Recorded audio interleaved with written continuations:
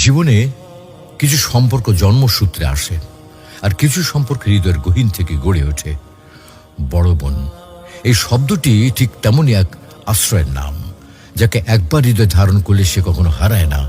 আমার আদরের বড় বোন, সে শুধু আমার রক্তের সম্পর্ক নয়, সে আমার দ্বিতীয় মা, আমার বন্ধু, আমার গোপন কথা রাখার ডায়েরি।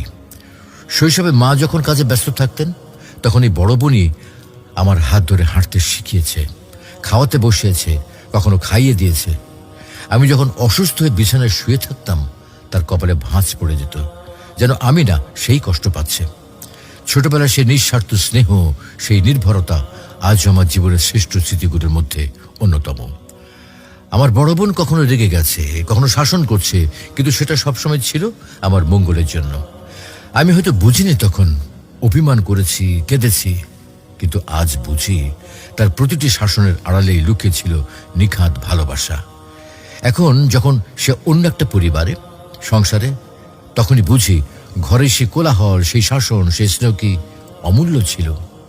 একটা সময় ছিল যখন স্কুলে যাওয়ার আগে আমার চুল বেঁধে দিত, ব্যাগ গুছিয়ে দিত, এমনকি খেয়াল রাখতো যেন আমি টিফিন নিতে না ভুলি।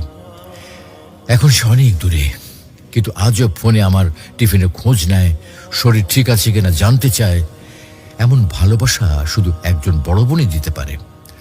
বড় বোন মানেই হলো ছায়া হয়ে পাশে থাকা এক মানুষ, নিজের সবটুকু দিয়ে ছোট ভাই বোনকে আগলে রাখে, নিজে কষ্টে থাকলেও মুখে হাসি রাখে, নিজের স্বপ্ন বিসর্জন দিয়ে আমাদের স্বপ্ন পূরণে সহযোগী হয়।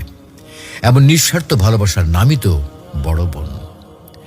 আজ যখন আমি জীবনে নানা কঠিন সময় পার করছি, তখন সেই কণ্ঠস্বর ভেসে আসে, ভয় পাস না, আমি তো আছি। এই শব্দটাই আবার বাঁচতে শেখায় আমাকে। আমার আদরের বড় বোন, তুমি জানো না, তুমি না থাকলে আমি এতটা শক্ত হতে পারতাম না। তুমি আমার জীবনের আশীর্বাদ। দোয়া করি আল্লাহর কাছে, আল্লাহ যেন তোমাকে সুস্থ রাখেন, শান্তিতে রাখেন। তোমার মতো বোন পাওয়াটা আমার জীবনের শ্রেষ্ঠ উপহার।